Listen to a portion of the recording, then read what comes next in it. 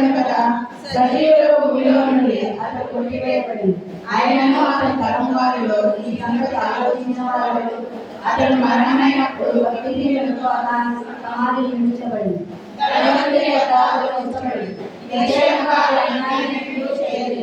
అతని నోట ఏ కపటము లేదు. అతని నరకులకు యెహోవాకు ఇష్టమైనది. ఆయన అతనికి కలుగు చేసింది. అతడు తను తానే అపరాధ పరిహారం చేయక అతని సన్మానం చూసి అతడు దీర్ఘాయుష్మంతుడగు. యెహోవా ఉద్దేశము అతని సమూలము. అతడు తన తగిన వేదనను చూసి తృప్తిమంతుడు. నీతిమంతుడైన నా సేవకుడు ధనదోషమును భరించి తనకున్న అనుభవ జ్ఞానం చేత అనేకులను నిర్దోషులుగా చేయింది. కావున గొప్పవారితో నేను అతని పాలు పంచిపెట్టదు. ధనులతో కలిసి అతడు కొల సొమ్ములుగా ఇచ్చుకోడు. ఏదైనా మరణము తనకు అతిక్రమం చేయవాడు అనేకుల పాపమును భరించుచు తిరుగుబాటు చేసిన వారిని గురించి విజ్ఞాపన చేసింది. దేవుడు తన వాక్యాన్ని దీవించుగాక. ఆమేన్.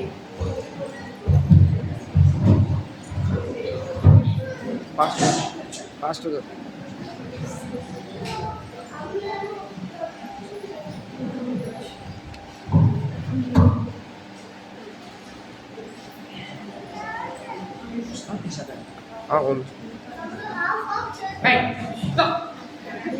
హలో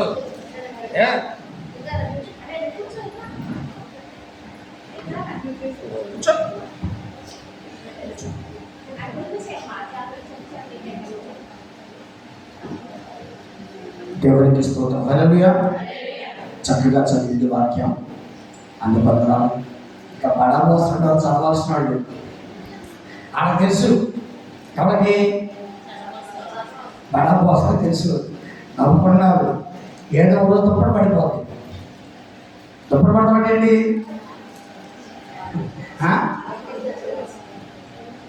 వెళ్ళి షరతులను దుప్పటి పడుతుంది అనుకోలే. ఈ నిలబడి దుప్పటి పడిపోతుంది. కనుక యెషయా చదువులో ఒక మంచి సత్యాలు మనకు కనబడుతుంది. అనేకుల పాపములు భరించు తిరుగుబాటు చేసిన వారి గురించి 11 రోజు లాస్ట్ వచ్చిన ఒక మాట చూడండి. నీతిమంతుడైన నా సేవకుడు జనుల దోషమును భరించి తనకున్న అనుభవ జ్ఞానము చేత అనేకులను నిర్దోషులుగా చేయు. స్తోత్రం. హల్లెలూయా. హల్లెలూయా. హల్లెలూయా. ఒకసారి యోబులోకి వెళ్ళిపోతాం. అందరూ చదవండి. ఎప్పుడైనా మీరు ఉపవాసం ఉండి కన్నీరు విడుచుచు దుఃఖించుచు మనస్పూర్వకముగా నా దగ్గరికి వస్తే నేను మిమ్మల్ని చేర్చుకుంటాను, లేదా మీ కన్నీరు తుడుస్తాను. అంటే దేవుడి దగ్గరకు వచ్చేవాళ్ళు మనస్ఫూర్తిగా రావాలి అని యోబు చక్కగా స్పష్టంగా మాట్లాడుతుంది. దాన్ని మనం ఎలా మార్చామంటే ఏ సీజన్ ఆఫ్ రెన్యూవల్. అంటే దేవుడి దగ్గరకు రావడానికి మనకి చాలా అర్హతలు కావాలి. యోబు ఏమంటాడు? ఉపవాసం ఉండండి, మారుమనసు పొందండి, తిరిగి ఆ క్వాలిటీస్ కోరుకున్నాడు. ఎవరు? యోబు. ఉపవాసం ఉండండి, ప్రార్థన చేయండి, దుఃఖించండి, కన్నీరు కాల్చండి, తిరిగి అతడు యోబేలు చెప్పినటువంటి క్వాలిటీస్. అయితే నీతిమంతుల కొరకు దేవుడు ఏం చేశాడు అనేది మనం ఈరోజు నేర్చుకున్నాం. బైబిల్లో ఉంది, నీతిమంతుడు లేడు, ఒక్కడు లేడు, నీతిమంతులు కలరేమోనని దేవుడు ఆకాశం నుండి కిందకి నిదానంగా చూస్తా ఉన్నాడు. నీతిమంతులు లేరని నీతిమంతుడే భూమి మీదకి వచ్చాడు. స్తోత్రం. హల్లెలూయా. భూమి ఆకాశము శూన్యముగాను నిరాకారంలో ఉన్నప్పుడు చూచిన దేవుడు భూమి మీదకి వచ్చాడు. పగలను రాత్రిని వేరు చేసి, అంటే శూన్యముగా నిరాకారంగా ఉంది దేవుడు చూసేటప్పుడు. ఏమీ లేదు, ఏది భూమిలో తెలవట్లేదు, ఏది ఆకాశమో తెలవట్లేదు, ఏది సముద్రమో తెలవట్లేదు, ఏది పర్వతమో తెలియదు. అప్పుడు వాటిని ఏం చేశాడు దేవుడు? విశ్వాన్ని ఏం చేశాడు? విభాగించాడు. విశ్వాన్ని ఏం చేశాడు? విభాగించాడు. విభాగించిన దేవుడు ఈ లోకాన్ని కాపాడటానికి ఆయనే తన ప్రియ కుమారుడైనటువంటి యేసుక్రీస్తుని భూమి మీద పంపించాడు. నీతిమంతుడైన నా సేవకుడు అనేక జనుల దోషులను భరించి తనకున్న అనుభవ జ్ఞానము చేత అనేకులను, అంటే నీతిమంతుడు మనుషులను నిర్దోషులుగా చేశాడు. అంటే నీతిమంతుడు దోషము లేకుండా చేశాడు. ఏం చేశాడు? దోషము లేకుండా, అంటే ఒక దోషము లేకుండా చేయాలంటే మళ్ళా భూమికి ఎవరు రావాలి? దోషము లేని వాడే రావాలి. ఒక సామెత ఉంది, ఇనుముతోనే పోయాలి, ముళ్ళుతోనే తీయాలి. కనుక ఒక మనిషి నీతిమంతుడు కావాలంటే ఎవరు రావాలి? నీతి లేనటువంటి, నేను చెప్పాను అనుకోండి, ఏమంటుంది? పెద్ద నీతిమంతుడు ఏంటంటారు అంతే కదా. విలేజ్ లో తీర్పు చెప్తుంటే వెనకాల కొంచెం కొనుక్కుంటా ఉంటారు, పెద్ద నీతిమంతుడు అది చెప్తున్నాడు, ఈ పెద్ద నీతిమంతుడు అని. కనుక నీతిమంతుడు వస్తేనే మనిషి ఎవరవుతారు? నీతిమంతుడు. పాపము లేని వాడు వస్తేనే మానవ పాపము లేనివాడు. పాపము లేని వాడు కావాలంటే మనుషుడు ఏమవ్వాలి? రెన్యువల్ అవ్వాలి. ఇప్పుడు నా పాపముని విడిచిపెట్టి ప్రభు యేసుక్రీస్తుని నా సొంత రక్షకుడిగా అంగీకరించుచున్నాను. మత్తు పదార్థములు వదలననియు నా బైబిల్ చదివి ప్రార్థించేదననియు నేనేం చేస్తాను? ప్రమాణం చేస్తాను. అయితే నీతిమంతుడైనటువంటి దేవుడు భూమి మీద ఏం చేశాడో చూద్దాం. మనం గత 3 రోజుల బట్టి మాట్లాడుకుంటున్నాం. మత్తయి సువార్త 10వ అధ్యాయము 40 నుండి 42 వచనాలు ఏముంది అనేది నేను చెప్పేస్తాను. 4 మాటలు. ఒకడు నన్ను చేర్చుకున్నవాడు నన్ను చేర్చుకుంటాడు, మిమ్మల్ని చేర్చుకుంటాడు. రెండోది ప్రవక్తను చేర్చుకున్నవాడు ప్రతిఫలాన్ని పొందుతాడు. శిష్యుని చేర్చుకున్నవాడు శిష్యు యొక్క ఫలాన్ని, అదే ఒక్కడు సన్నిధిస్తే ఆ ఫలాన్ని. ఈ రోజు ఏంటంటే నీతిమంతుడిని చేర్చుకున్నవాడు చదువున్నమాట 41వ వచనం.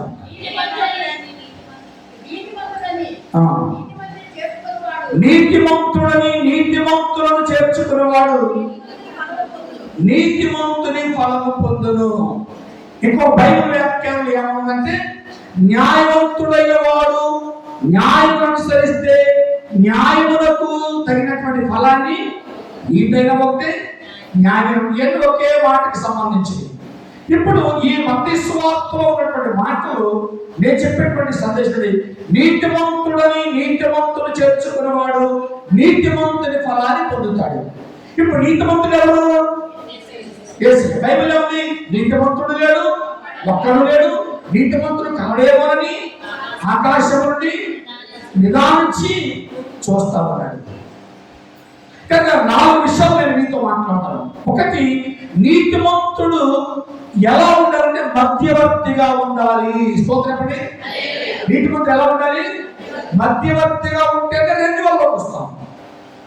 మధ్యవర్తిగా ఉన్న వారికి నీతి లేకపోతే మధ్యవర్తికి ఏమైపోతే ఫెయిల్ అయిపోతుంది. ఇతరే నీతిమంతుడు కాకపోతే, ఇప్పుడు ఇద్దరు భార్యాభర్తలకు తీర్పు చెప్పేటువంటి ఈ వ్యక్తి ఏమై ఉండాలి? నీతిమంతుడు అంటే అతడు ఏకపత్ని పురుషుడును, బైబిల్గా ఏకపత్ని పురుషుడును, వికారభావుడును చెప్పడమా అట్లుంటాక నీతి ఏకపత్ని పురుషుడును, వికారభావుడును, స్వస్థపతి గలవాడు, ఈ గుణాలన్నీ ఉన్న వారిని మనం ఏం చేసామంటే నీతిమంతుడిగా పోల్చాం. అంతే కదా. అంటే ఆ గుణాలు ఉన్నటువంటి వారే ఏం చెప్పాలి?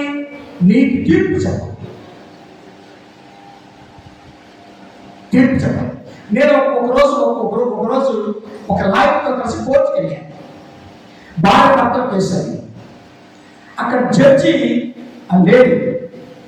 జడ్జి లేడైతే ఈ కేసు తొందరగా కొలిక్కి రావాలని ఒక లాయర్ తీసుకుని డైరెక్ట్గా ఆమెతో మాట్లాడుతుంటే అవును ఇది కుదరదండి, సిస్టమ్ ప్రకారం రావాలి, ఇప్పుడు మీరు ఇవ్వమన్నంత మాత్రాన వాళ్ళిద్దరికి విడాకులు ఇచ్చేస్తే ఇది కుదరదనంటే ఈయన వచ్చేట్టు ఏమన్నాడు, ఈ మొగుడితో కాపాడు చేసినట్టు ఈ గ్యాంగర్స్ మొగుడిని పెళ్ళ బాధని ఆమె తింటున్నాడు. ఎవరిని? న్యాయవాది అంటున్నాడు. అంటే ఒక న్యాయవాది తీర్పు చెప్పాలంటే ఆ వ్యక్తి మీద మనం నింద వేయకుండా ఉండాలంటే ఆ వ్యక్తి ఏమైనా వాడై ఉండాలి, న్యాయమైన వాడై ఉండాలి. అందుకని నీతిమంతుడైన వాడు నీతిని అనుసరిస్తే అతడు నీతిమంతుడి యొక్క ఫలములు. ఏంటి సార్ ఏమంది జడ్జి అన్న అంకేం తెలుసు సార్ మూడు పెళ్ళ బాధ చేశారు, మూడు వేసి ఏదైందామా అవే చెబుతూ మనం తీర్పు అంటే బాధ తెలియదు. అంటే ఒక బాధ తెలియాలంటే ఆ బాధలో మనిషి ఏమైపోవాలి, లేదైపోవాలి. ఇప్పుడు యేసు ప్రభువారు నీతిమంతుడై మధ్యవర్తి ఉండు దేవునికి నరులకు. ఒకసారి బైబిల్ చూడండి, 1 తిమోతి పత్రిక 2వ అధ్యాయము 7వ వచనాన్ని చూద్దాం. ఈ సాక్ష్యం ఇచ్చుటకై నేను ప్రకటించిన వారుగాను అపోస్తలుగాను. అదేనమ్మా అమ్మ 1 తిమోతి 2:5. దేవుడు ఒక్కడే, దేవునికి నరులకు మధ్యవర్తి ఒక్కడే, ఆయన క్రీస్తు యేసులో ఉన్నాడు. దేవుడు ఒక్కడే, దేవునికి నరులకు మధ్యవర్తి ఒక్కడే, ఆయనే క్రీస్తు యేసును. ఎవరైనా క్రీస్తు యేసు అనేటువంటి దేవుడు ఒక్కడే, దేవునికి నరులు, దేవుడు ఒక్కడే, దేవునికి నరులు అంటే చాలా మంది ఉన్నారు. నరులకు మధ్యవర్తి దేవుడు ఒక్కడే, మధ్యవర్తి ఒక్కడే, జనం మాత్రం చాలా మంది. ఈ జనమంతటికి తీర్పు చెప్పడానికి దేవుడు తన కుమారుడిని యేసు క్రీస్తుని భూలోకానికి పంపించాడు. అందుకే ఇక్కడ తిమోతి అంటాడు దేవుడు ఒక్కడే, దేవునికి నరులకు మధ్యవర్తి. అంటే మధ్యవర్తి అనేటువంటి వ్యక్తి ఒక మనిషిని ఎక్కడ తీసుకెళ్ళాలి, 2 వలలో తీసుకెళ్ళాలి. అంతే కదా, 2 వలలో తీసుకెళ్ళాలి. అంటే యేసు ప్రభు మనిషిని ఎక్కడ తీసుకెళ్ళాడు, మధ్యవర్తి ఎక్కడ తీసుకెళ్ళాడు, తండ్రి కుడిపార్శ్వానికి తీసుకుంటాడు. అంటే నేనుండే స్థలంలో మీరు ఉండేలాగా మీ కొరకు. అంటే మధ్యవర్తి అయినటువంటి యేసు క్రీస్తు ఒక ధైర్యం ఉండేది. నేనుండే స్థలంలో నా బిడ్డలు కూడా ఉంటారు, నేనుండే స్థలంలో వారు కూడా ఉండేలాగా వారి ఏం చేస్తాను స్థలాన్ని. మధ్యవర్తి అయినటువంటి వాడు ఏమై ఉండాలి చెప్పండి, ఏమై ఉండాలి, నీతిమంతుడై ఉండాలి. స్తోత్రపడి నీతిమంతుడై ఉండాలి. మధ్యవర్తిగా ఉన్నటువంటి వాడు నీతిమంతుడు కాకపోతే భార్య భర్తల సమస్యకు ఇతర భార్యను తీర్చుట ఎక్కడది, భార్య భర్తలు గొడవకి ఒక పెద్ద మనిషికి 2 భార్యలు తీసుకొచ్చిన వ్యక్తిని తీర్పు చెప్పడం ఎక్కడది, చెప్పడమా చండాలకం. కానీ నీతిమంతుడైన వాడు వస్తే నీతిమంతుని ఫలాన్ని మనం పొందుతాం, ఆయన వెంబడిస్తాం. నన్ను వెంబడించేవాడు చీకటిలో నడవక జీవపు. అంటే 2 కావాలంటే మనం నడిపించే వ్యక్తి ఎవరై ఉండాలి, నీతిమంతుడు ఉండాలి. ఆ నీతిమంతుడు ఎవరైనా ఉన్నారంటే భూమి మీద ప్రభువైనటువంటి యేసు క్రీస్తు వారు. స్తోత్రం చెప్పండి, ఇంకోసారి చెప్పండి. 2వ విషయాన్ని చూద్దాం, 15వ వచనాన్ని చూద్దాం. మరియు ఆదాము మోసపరచబడినను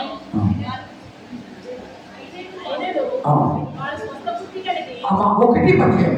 అయినను 1 తిమోతి పాపం రక్షించడానికి క్రీస్తు యేసు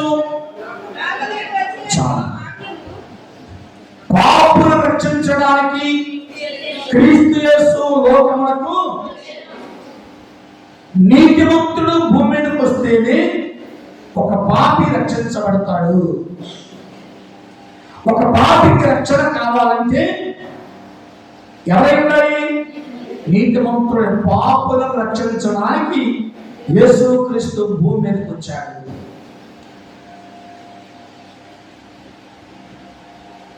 ఆ నీతిమంతుడై ఉండి యథార్థవంతుడై ఉండి నీతిమంతులను తన స్వకీయ బిడ్డలుగా చేసుకోవడానికి ఆయన భూమి మీద నీతిమంతులకు వచ్చాడు. పాపులను రక్షించుటకు క్రీస్తు యేసు ఎట్లా వచ్చాడు అంటే మనము రెన్యువల్ అవ్వాలని, మన క్షమాపణలోకి రావాలని, మన పశ్చాత్తాపంలోకి రావాలని, రక్షించడానికి క్రీస్తు యేసు భూలోకానికి. ఎవరు రక్షించడానికి అంటే పాపను రక్షించడానికి యేసుక్రీస్తు భూలోకానికి వచ్చంటే ఇప్పుడు యేసుక్రీస్తు ఎవరై ఉన్నాడు? నీతిమంతుడై ఉన్నాడు, ఇంకో యథార్థవంతుడై ఉన్నాడు, ఇంకోటి ఇది కావాలి. ఏమవ్వాలి? పాపము లేని వాడై ఉండాలి. పాపము లేని వాడైతేనే ఒక పాపికి మార్గము చూపించగలడు. దొందు అయితే సన్నాసి ఎత్తుకుంటే ఉంది బూడుతుంది. కనుక మనము రక్షణ లేనప్పుడు రక్షణతో ఉన్నటువంటి క్రీస్తు భూలోకానికి వచ్చాడు. క్రీస్తు రక్షణ లేకుండా భూలోకానికి రాలా, పాపిగా భూలోకానికి రాలా, నీతిమంతుడిగా భూమి మీదకి వచ్చాడు, యథార్థవంతుడిగా భూమి మీదకి వచ్చాడు. ఆయన నీతి ద్వారా, ఆయన యథార్థ ద్వారా మనల్ని ఎట్లా చేశాడు? రక్షించాడు. స్తోత్రపడి ఒకసారి చెప్పండి. మరొక మాట చూద్దాం. నీతిమంతుడు ఎలాంటి వాడై ఉండాలంటే ప్రయోజనకరమైన వాడై ఉండాలి. స్తోత్రపడి. సేవకుడు సంఘానికి ప్రయోజనకరమైన వాడై ఉండాలి. సంఘ పెద్ద సంఘానికి ప్రయోజనకరమైన వాడై ఉండాలి. విశ్వాసులు సంఘానికి ప్రయోజనకరమై ఉండాలి. ఈయన పెట్టాం సార్, ఏమి ప్రయోజనం లేదు సార్. ఈయన వచ్చాడు సార్ మా సంఘానికి, 4000 చేతిస్తాను సార్, ఈయన వల్ల ఏమి నేను అన్నవాడు లేరా? చెప్పరా? సరేమా? నన్ను కూడా అంటారు అంటే నేను కూడా అంటాను, ఎవరైనా అనొచ్చు. ఉపయోగం లేనప్పుడు వాడే పదం ఏంటి? ఇతని వల్ల చెప్పరేమా? ఇతని వల్ల ప్రయోజనం లేదు. అదే పిలాతు తీర్పు చెప్తున్నాడు. ప్రజల కొరకు ఒక నీతిమంతుడు చనిపోవటం ఏంటంట? అరుగునుంది, ప్రయోజనకరంగా ఉంది. అంటే నీతిమంతుడి కొరకు ఒకరు చనిపోవడం అరుదు. అంటే నీతిమంతుల కొరకు ఎవరు చనిపోడు? యేసు ప్రభువు నీతిమంతుల కొరకు చనిపోయారు. ఎవరు చనిపోయాడు? పాపుల కొరకు చనిపోయాడు. పాపులను రక్షించనండి, ప్రాణమితరండి ప్రభు, దాపు చేరే వేగరండి, దాపు చేరే వేగరండి, దయామయుడండి ప్రభు, యేసుని సేవింపరండి, మోసపోకండి ప్రభు, నరక బాధ నొందెనండి, నవుల కొరకండి ప్రభు. తర్వాత చక్కగా తీసేది పాట. పేపర్ వేయాలి ముందు, కీర్తన పుస్తకం ముందు పెట్టుకోవాలి. సరే, ఓకే, థ్యాంక్ యూ. జస్ట్ అంతే. ఇప్పుడు నీతిమంతుడు చనిపోవడం ప్రయోజనకరం అరుదే కాదు, ప్రయోజనకరము. చెప్పారా? ఈయన వల్ల ఏమి, ఈ కొరాఫ్టర్ వచ్చాడు సార్, ఏ ప్రయోజనం లేదు. ఈ డీసీ వచ్చాడండి, ఏ ప్రయోజనం లేదు. ఈ డీసీ వచ్చాడండి, ఏ ప్రయోజనం లేదు. ఈ సంఘటన దగ్గరండి, ఏ ప్రయోజనం లేదు. ఒక నాయకుడు, ఒక సేవకుడు భూమి మీదకి వస్తే, సంఘానికి వస్తే, ప్రజల్లోకి వస్తే, ఆ సేవకుని ద్వారా ప్రజలు ఏం పొందాలి? ఇప్పుడు మీ వల్ల నాకు ప్రయోజనం లేదా? ఉందా లేదా? చెప్పండి, ఏమన్నా ఏం ప్రయోజనం చెప్పండి. మీ వల్ల నాకేం ప్రయోజనం? సంఘం కోసం కాదు, మీరు దశమాలు ఇస్తున్నారు, ఇవన్నీ గుడికొయ్యేది కాదు. మీ వల్ల నాకేం ప్రయోజనం? ముందు మాట్లాడాలి అయ్యింది కదా. నీ వల్ల, సంఘం వల్ల నాకేం ప్రయోజనం? ఏం చేస్తారు? ప్రార్థన. మీ వల్ల నాకు ప్రయోజనం ఏంటంటే చనిపోయిన నా భార్యను బ్రతికించింది, అది అంత తప్ప మీ వల్ల ఏం ఉపయోగం లేదు. స్తోత్రం అనేది ఏంటి నాకు ప్రయోజనం అంటే నేను నా కుటుంబం క్షేమంగా ఉన్నాం. స్తోత్రం. హల్లెలూయా. నేను నా కుటుంబం సంతోషంగా ఉన్నాం. మీ వల్ల నాకు ఏదైనా ప్రయోజనం ఉందంటే మీరిచ్చే ఆఫరింగ్ కానివ్వండి, మీరిచ్చే ఫుడ్ కానివ్వండి, ఏమీ కాదు. ఏంటి పెద్ద ప్రయోజనం ఏదైనా జరిగిందంటే నా కొరకు మీ ప్రార్థన, మీ యొక్క విశ్వాసత, మీ నమ్మకం వల్ల అమ్మగారి కోసం, కోనాఫీసర్ కోసం ప్రార్థన చేయకుండా ముగించే మీ అందరికీ స్తోత్రం చెప్తాను, వందనాలు చెప్తున్నాను. మీ అందరికీ నమస్కారం చేస్తున్నాను. ఏంటి మీ వల్ల ప్రయోజనం అంటే ఏంటి సార్? మేము ప్రార్థన చేసి అమ్మగారు బ్రతికించాం. ఇది ఈ సమాధానం రావాలి. మేము గుడికి వస్తున్నాం, మేము బడికి వస్తున్నాం, ఈ ఎవరికి రావాలి? నువ్వు రావద్దని కోరుతాను. ఇది కాదు. మీ వల్ల నాకు ప్రయోజనం ఏంటంటే నా కుటుంబం కొరకు మీరు ఏం చేశారు చెప్పగలిగి ఏం చేశారు? చనిపోయినటువంటి నా భార్యను బ్రతికించారు. అందుకే నాకు ఇష్టం. అందుకే నాకు మీ వల్ల అదొక్కటే ప్రయోజనం. మీరు 1000 పెట్టినా, 10,000 పెట్టినా, 1,00,000 పెట్టినా ఇవన్నీ కూడా ఏంటి? సెకండరీ అయింది, నథింగ్ అయింది. కానీ మీ ప్రార్థన గొప్పది. ఇది ప్రయోజనం. నువ్వు చేసే ప్రార్థన చదువుకునే వ్యక్తికి చదువు, నువ్వు చేసే ప్రార్థన చదువుకునే విద్యార్థులకు ప్రయోజనం, నువ్వు చేసే ప్రార్థన ఎగ్జామ్ రాసే బిడ్డలకు ప్రయోజనం, నువ్వు చేసే ప్రార్థన బిడ్డలు లేనటువంటి యవనస్తులకు ప్రయోజనం, నువ్వు చేసే ప్రార్థన రోగులకు ప్రయోజనం. మీ వల్ల నాకు ఏదన్నా ప్రయోజనం ఉందంటే ఏంటి ప్రయోజనం? నా కోసము, నా కుటుంబం కోసం ప్రార్థన చేసేది నన్ను, నేను, నా కుటుంబం సంతోషంగా ఉండేటట్లు చేసేది. దీన్ని గ్యాస్గా మాకండి, మళ్ళీ గ్యాస్ పడుతున్నాడు అయ్యేది మాట. ఇది సత్యం. మీరు నమ్మిన సత్యం, నమ్మకపోయినా ఇప్పుడు చూద్దాం బైబిల్ అన్నమాట ఏమనుందో చూద్దాం. యోహాను సువార్త 18వ అధ్యాయంలో 14వ వచనాన్ని చూద్దాం.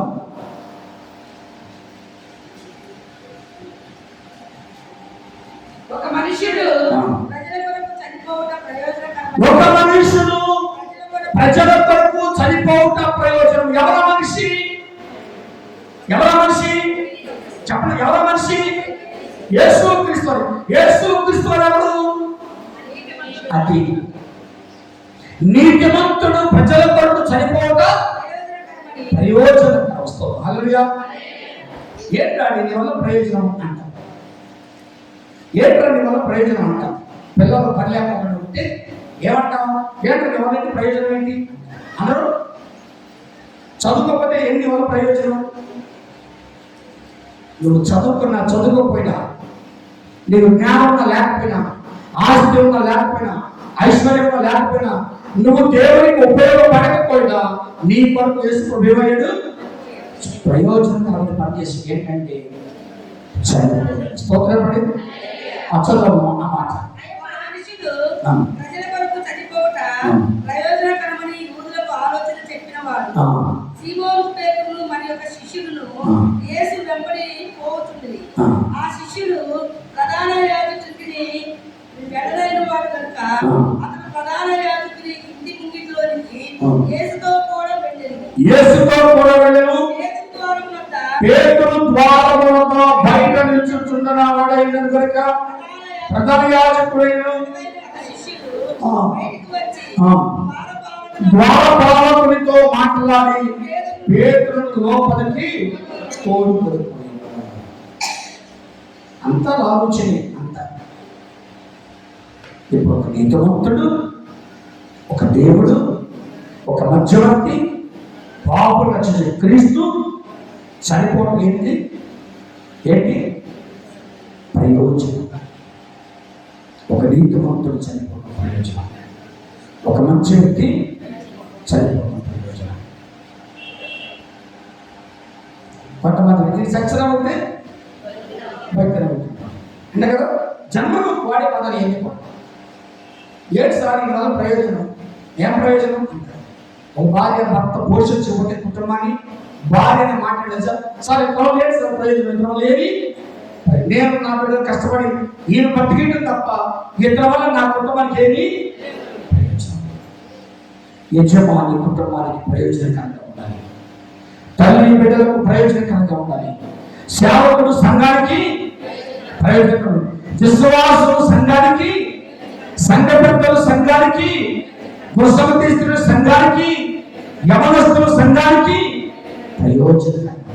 ప్రయోజనకరంగా ఉండిన వ్యక్తి చనిపోతే మంచిది. ఆయన చనిపోతే మంచిది. పిలాతు అదే మాట అన్నాడు. అన్నకాయ ప్రసంగం మన ఇద్దరుపై ఈ చనిపోవటం వల్ల నీకు మేలు రాబాయి అన్నాడు. ఏమన్నాడు? యేసు ప్రభు చనిపోవటం వల్ల ఎవరికి మేలు?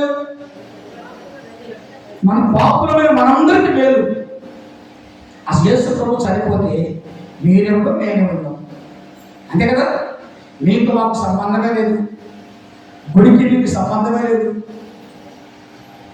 ఇవాళ మనందరం ఎక్కడెక్కడెక్కడో అందరూ కూడుకున్నామంటే ఏదో 2-3 కుటుంబాలు, బంధువులు తప్ప, సొంతోడు తప్ప అందరూ ఎవరు? మనందరూ ఎవరమ్మా? ఎక్కడెక్కడో. ఇప్పుడు నువ్వు చస్తే నేను నడవాలి, నేను చేస్తే వస్తావు కదా. ఇది ప్రయోజనం, ఇది ప్రయోజనం. ఇంకొక మాట చెప్పి ముగిస్తా, ఒక్కసారి చూడండి. ఓకే, 23వ అధ్యాయం 6వ వచనం.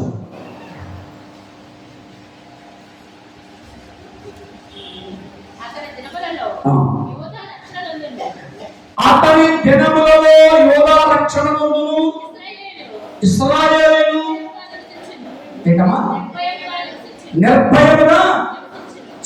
ఈ 2 మాటలు ఒకసారి జ్ఞాపకం చేసి ముగిస్తాను. 23వ అధ్యాయములో 6వ వచనంలో ఉన్న మాట ఏంటో తెలుసా?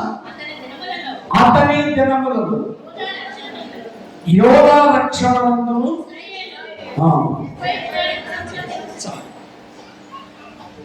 యోధులకేమో రక్షణ, ఇశ్రాయేలుకేమో ధైర్యవంతమా? ధైర్యం. ఇప్పుడు ఒక క్వశ్చన్ అడిగి మీకు నేను ముగిస్తాను. యేసు క్రీస్తు వారు లోకాన్ని రక్షించడానికి వచ్చాడు, పాపం రక్షించడానికి వచ్చాడు. కానీ ఆయన గురి ఎవరి మీద? అంతే కదా, యోధా జనాంగం మీద. అంటే రక్షణ లేనటువంటి యోధులు ఏర్పడాలి.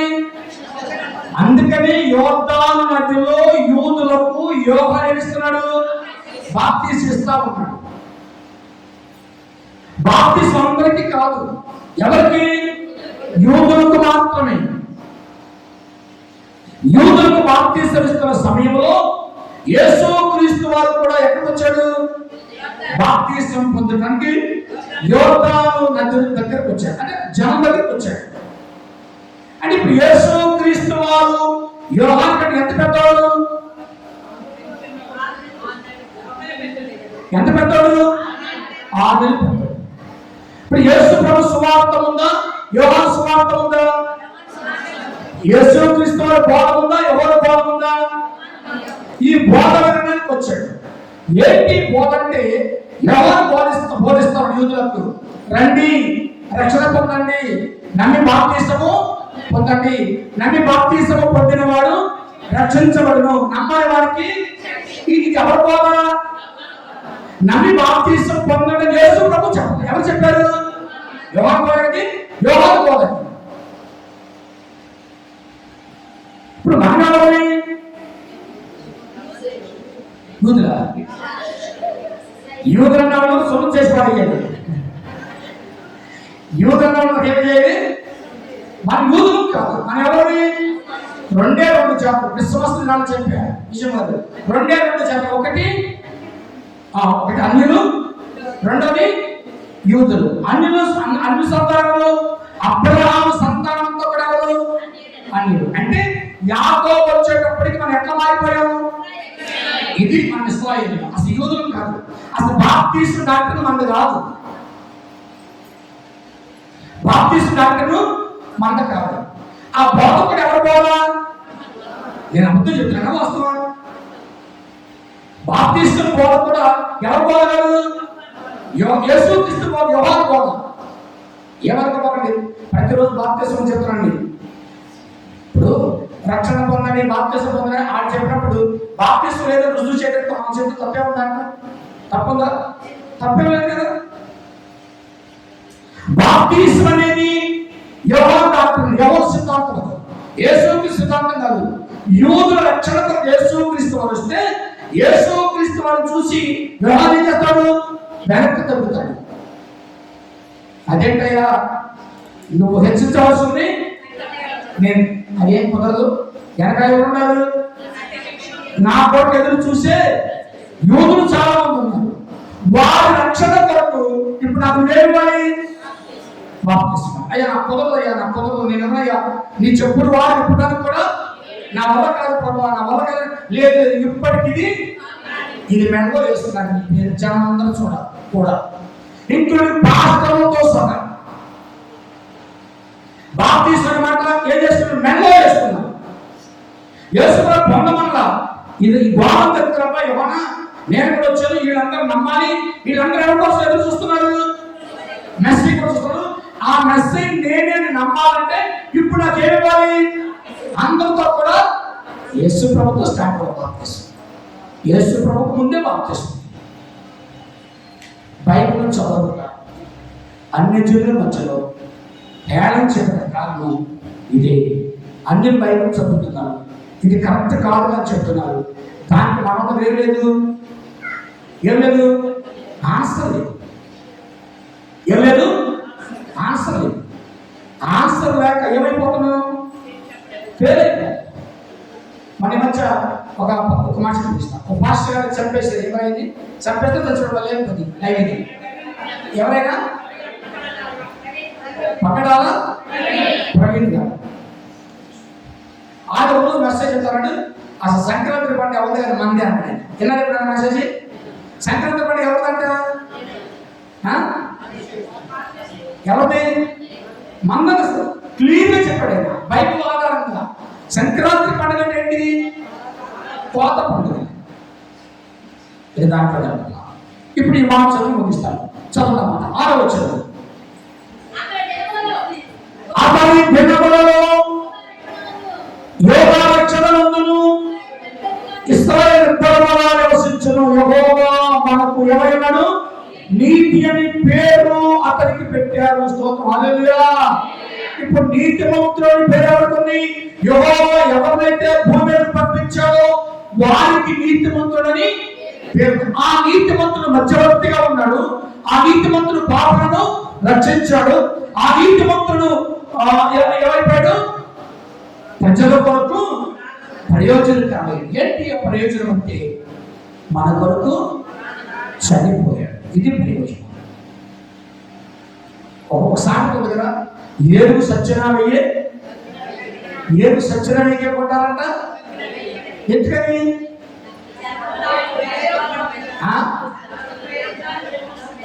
సరే ఎడమా బతికిన దంతాలే ఉపయోగపడతాయంట. సచ్చిన మరి మనం ఎందుకు ఉపయోగపడతాం? జనం తిట్టుకోవడం ఉపయోగపడతాం. ఎందుకు ఉపయోగపడతాం? నవ్వుతారేంటమ్మా. మనం ఎందుకు ఉపయోగపడతాం? మనం కూడా ప్రయోజనం. మన కుటుంబానికి ప్రయోజనం, మన బిడ్డలకు ప్రయోజనం, మన దేవుడికి ప్రయోజనం. నీ ద్వారా దేవుడు మహిమపరచబడుతున్నాడు. నమ్ముతున్నావా? నమ్మితే క్రీస్తుకు 2 విధాలుగా పడుతున్నాం. క్రీస్తుకి దాసులుగా పడుతున్నాం, ప్రయోజనకరంగా పడుతున్నాం, దేవుడికి మహిమకరంగా పడుతున్నాం. దేవుడి మాటలు తెలుసుకున్నాక 4 మాటలు చెప్పాను ఈ 4 రోజులు. 1, నన్ను పంపిన వాడి యందు విశ్వాసం ఉంచేవాడు నన్ను కూడా నా యందు కూడా విశ్వాసం ఉంచాడు. 2, ప్రవక్తను నమ్మిన వాడు ప్రవక్త వలన ప్రతిఫలాన్ని పొందుతాడు. నేనేం చెప్పాను? శిష్యుడిగా ఒక్కడు చదివిస్తే దాని ప్రతిఫలాన్ని నువ్వు పొందుతావు. ఈ రోజు నీతిమంతుడు అయితే నీతిమంతుడు బ్రతికితే నువ్వు నీతిమంతుడి ఫలాన్ని, మామిడి చెట్టు మామిడి ఫలాలు ఎలా ఇస్తుందో, జామ చెట్టు జామ ఫలాలు ఎలా ఇస్తుందో, నీతిమంతులు వాళ్ళు నీతి ఫలాలు దేవునికి ఇద్దాము. నీతి ఫలం ఏంటి? ప్రేమ, సంతోషము, సమాధానము, దీర్ఘశాంతము, దయాళత్వము, మంచితనము, ఆశ్చర్యకరము, సాత్వికము. అయిపోయింది. ఆత్మ ఫలాలు, నీతి ఫలాలు. దేవుడి మాటలు దీపించుకున్నాక కార్యం తీసుకున్నాం. దయచేసి